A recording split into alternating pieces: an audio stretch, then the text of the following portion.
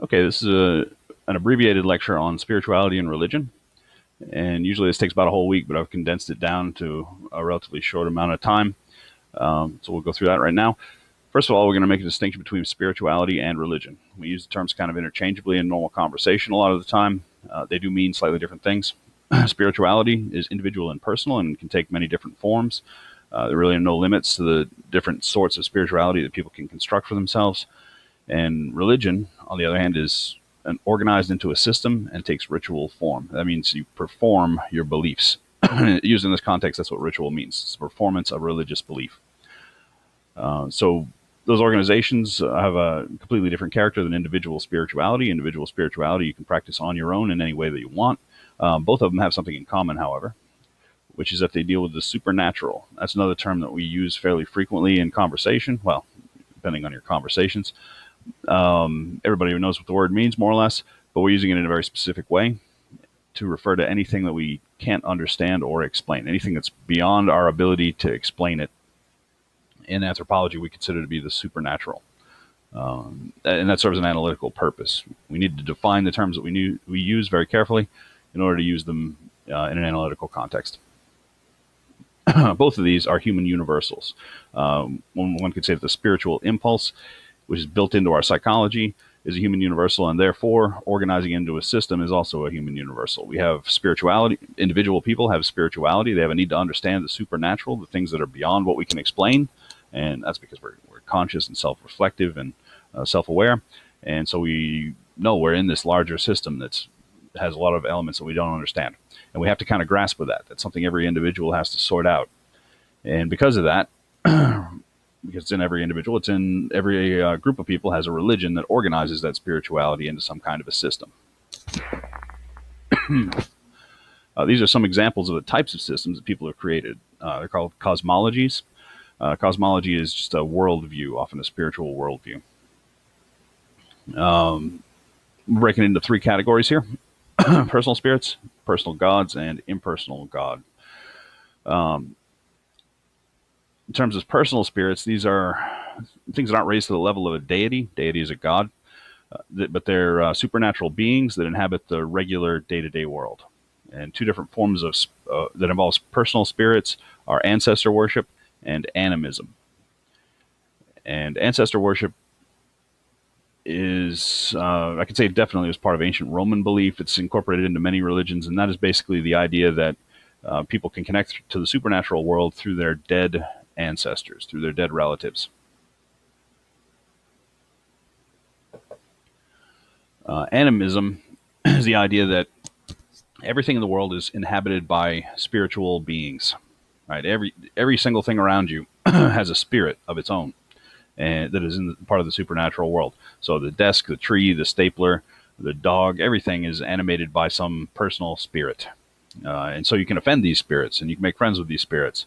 And it's a different way. You can imagine that colors the way that you interact with the world. If you think that there's not just the inanimate object in front of you, but there's a spirit of that object that you can offend, and you can ingratiate yourself to. So animism is something it's common in many of the world's religions. In a Western tradition, we don't have a lot of animistic tendencies, obviously. Christianity has dominated most of Western religious thought. Even if you're not Christian, it's probably it's dominated the culture to a large extent and informed our culture. And so we tend not to regard animistic religions too highly in the West. On the other hand, in the East, they're very common. In most of the world, they're fairly common. Probably the largest, most famous of them is Shintoism in Japan. And that is the official religion of Japan, and it has many animistic elements. Another sort of cosmology involves personal gods, deities. And we got two varieties of that, basically, which, again, were imposed by Western people in a Christian tradition, more or less. I have to be absolutely clear. When I speak of Christian tradition, I don't necessarily mean that people are practicing Christians, although they may be. I just mean that the logic of Christianity has informed much of our theological discussion, much of our philosophical discussion. So in the Western Christian tradition, there is a heavy monotheistic bias, obviously, because there are basically three great monotheistic religions, and they all came out of the Middle East, and Christianity is the youngest of the three. It's the second youngest. Islam is the youngest. Excuse me. Oh, that was another example of. Oh no, this is an example of personal gods from Egypt. And then we have okay.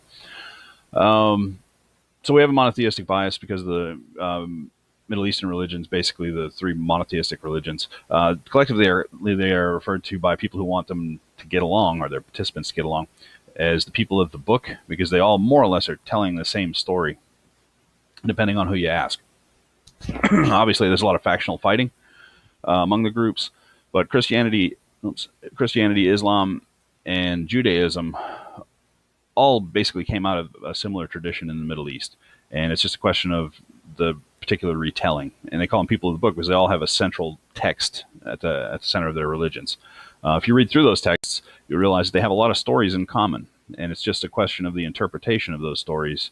And people have different claims based on historical and legendary facts, I suppose you could put it. But all three of them claim more or less the same story, a different relationship to the same God. If you talk to individuals, they may not see that connection, but scholars on the three religions, on any of the three religions, usually recognize it in some form. It doesn't stop them thinking one branch is a heretic for their interpretation, but it all comes to the same story. In any case, those are the monotheistic traditions. Judaism was first by far, and then it was not replaced, but then Christianity was sort of built on the foundation of Judaism, and then Islam was the last of the three to come up, and that was in the 600s. Muhammad turned up and engaged in a military campaign across the peninsula and across North Africa into Europe, and spread Islam wherever he went. So that is very widely spread all the way down into Southeast Asia in its first spreading. Right, so that spread a long ways and had an evangelical tradition. They wanted to incorporate people into their religion, and Christianity did as well. And that's why there are a lot of Christians and a lot of Muslims in the world, because they went out and tried to recruit people into their religion actively. They wanted more people to join. Still do today. It's integral to their approach. In any case, those are all monotheistic religions. They have one God. That's what that means. Polytheism, poly means many, so they have many gods. The Egyptian painting here, it's from inside of a pyramid. I don't remember which one. It shows two different gods in the picture. That was a polytheistic religion, much like ancient Rome, where they had multiple gods with personalities who were all powerful, but within their sphere if they had many different gods. Many of the pre-Christian religions that were often driven out or otherwise undermined by Christianity or Islam, depending on where you were, had multiple gods. That wasn't a strange thing. If we think it's strange in the West, it's because we have been unduly influenced by this monotheistic religion from the Middle East. At one point, I was talking to an acquaintance of mine when I was an undergraduate, who at various times he claimed that he was a Hindu and also claimed that he was a Christian. And at the time, that kind of confused me. I couldn't quite wrap my head around that because I was brought up in a monotheistic tradition. I thought Christianity was exclusive where every other religion was concerned. They were quite clear to that point. In fact, it's right in the Ten Commandments. No other gods before God, right? So eventually I talked to the guy, and it turned out he was primarily a Hinduism. He's brought up in that tradition. And he didn't consider it polytheistic because that doesn't make sense if you're brought up within that tradition. It's only if you're from the monotheistic tradition that you even think to distinguish between polytheism and monotheism. The guy from the Hindu tradition, he was used to the idea that, well, there were many gods. I asked him how many gods, and he said there were an infinite number, and it was no big deal really to add Jesus to the list of gods. And I tried to figure out how he worked that out. And it turned out that while they had an infinite number of gods, which is why you can never pin them down on it, they were all just forms of the one God, right? And that sort of clicked in my head. That made perfect sense because we have the same sort of rationale in Christianity, particularly as it's practiced in the Catholic Church. Think of the Holy Trinity. I wasn't raised Catholic, so I didn't experience this firsthand, but you read things and you talk to people. And they have a specific doctrinal interpretation of the Trinity, the Son, the Father, and the Holy Spirit. And that sounds like three different gods. If you're an outsider, if you're not really thinking about it, from the point of view of their dogma, it sounds like they're polytheistic too. In fact, I got that wrong on a test when I was a kid. I think in the 9th grade, in social studies class, they asked whether Christianity was monotheistic or polytheistic, and I said it was polytheistic, but because of the Holy Trinity. They had God and Jesus at the very least, and so that's two I can count. That's poly, right? I didn't go back and argue the point. It was a while before I sorted it out. I don't even know if that teacher's still alive. I'm not going back to work to worry about the point on that test. In any case, I understood what monotheism and polytheism were. If you talk to people in the Catholic Church, though, the doctrinal explanation for that is that they are all forms of one God. God takes different forms depending on what he has to do today. So if God's all powerful, of course, God can take different forms. So it's not really problematic. And it's the same sort of logic that I got from my Hindu friend. Of course, God can do whatever God wants. So God can take any form that you want. It doesn't matter which form of God you worship. It's all God. So the monotheism, polytheism distinction is a Western imposition on other systems. If you're in a polytheistic system, you really don't care about that distinction. Right? So those are examples of personal gods used in cosmology. Impersonal God is a little bit more difficult to wrap your head around. Includes animatism. This is very similar to animism, but it's the idea that the entire universe, sorry, let me get that animation out. That's not animation. The toolbar keeps popping up down there. Animatism. You notice it's got an add in there. It's almost like animism, a little bit different. Small difference. Animatism refers to the idea that everything in the universe is infused with and united by a pervasive force. Right? So there's this energy of sorts that animates everything in the universe. It animates you, me, the stars, the sky, the animals, the oceans. Everything is animated, the entire universe, by this energy that pervades the universe. It's something that's not like us. Something that's more powerful than us, but not like us, which is why Westerners, who again come from that Christian tradition, I wish that would stop popping up, come from a monotheistic tradition, tend to see that as a God figure, but it's an impersonal God. Now, again, that's a Western imposition. People in animistic religions don't necessarily talk about gods at all. They talk about something that's beyond them and trying to understand it. The Taoism would fit into that. Buddhism, to an extent, would fit into that category. Many Eastern religions are animistic in nature. And if you read the Tao Te Ching, that's a book that was of verses that was written to encourage contemplation on this power that's beyond our understanding, the nature of the universe. So if you ever read it, you will be confused, and you're meant to be confused, and not because they just want to confuse you, but because that's the nature of it. Right? Remember, we're trying to understand the supernatural, which is things that are beyond our understanding. So the root to that in those Eastern religions is more contemplation, because we can't relate to it like doesn't have a face and a beard and sitting on a cloud or anything like that, as you'd find, or arguing with other gods and getting into fights, as you might see in polytheistic religions. It's just something that's all powerful and it's beyond us, and we can't really relate to it. So it's a small human mind trying to relate to this large, expansive thing that is not human at all. Right? So those are three basic types of cosmology that you see in religions across the ethnographic record. All right, we're going to do a couple of forms of practice here. Again, these are all terms that we've heard before: prayer, magic. We're going to define them more carefully. Both are appeals to the supernatural. In the case of prayer,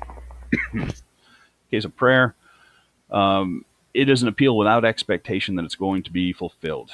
Right? So you're asking, presumably, a God beyond the supernatural. You can pray to your ancestors too, as in the case of ancestor worship. You could feasibly, in an animistic system, pray to the spirits around you. But it's a prayer is a request. You're asking for the input of the supernatural, the help of the supernatural world, but you don't have the expectation that you can influence it. Right? And that is the difference between prayer and magic. Magic is an appeal to the supernatural, in which you think that you can directly influence the outcome. Right. So in magic, there's an illusion of control, or at least an idea that you have control over the outcome. Magic is also called sorcery because that East Coast, West Coast split within anthropology. They use different terms in the traditions of different parts of the discipline, and then it converged as we had better communication, so we unified the terms. Usually we didn't eliminate the second one altogether. So you may see people talk about magic, you may see them talk about sorcery, or use the two interchangeably. Excuse me, they are the same thing. All right, so that's what magic is. That's what prayer is. There are two different types of magic that we can identify within the ethnographic record. First is contagious magic. We'll get some illustrations here. Maybe not. Oh, okay. Something's lagging on me here. Sorry, I was trying to get these two illustrations up. Didn't process them. Oops. Didn't process them very quickly. Okay. Okay, so contagious magic. This is the kind of magic where you're asking for help from the supernatural, and you expect there to be a result, and you are using something with a physical connection to the person that you're trying to affect in the magic, right? And that's where you see some of these concepts in pop culture sometimes, particularly in portrayals of voodoo and Santeria and other things that have magical elements in them. And so you might have seen somebody trying to take a hair from a hairbrush or something and use that in some kind of a ritual to to injure somebody or to help them or whatever. That's contagious magic. That's why I put the example up there. I figured it was something people have seen within a pop culture context, which has a root in reality. So contagious magic is contagious in a physical way, from the ceremony to the actual person through the hair or through whatever else you have of theirs.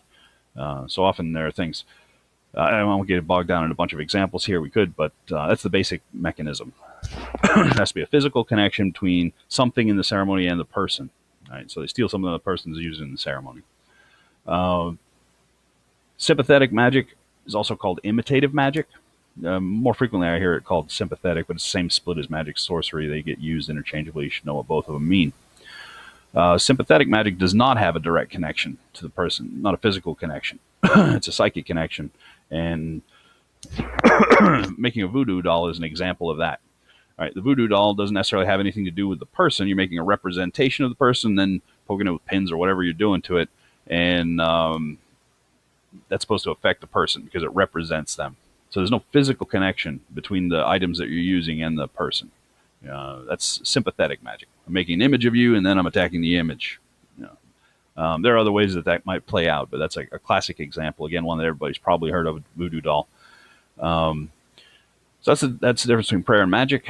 Magic, also called sorcery, and contagious and sympathetic magic. We want to remember what both of those are, and remember that imitative is the same as sympathetic. We'll pause here and take the rest up in the second section.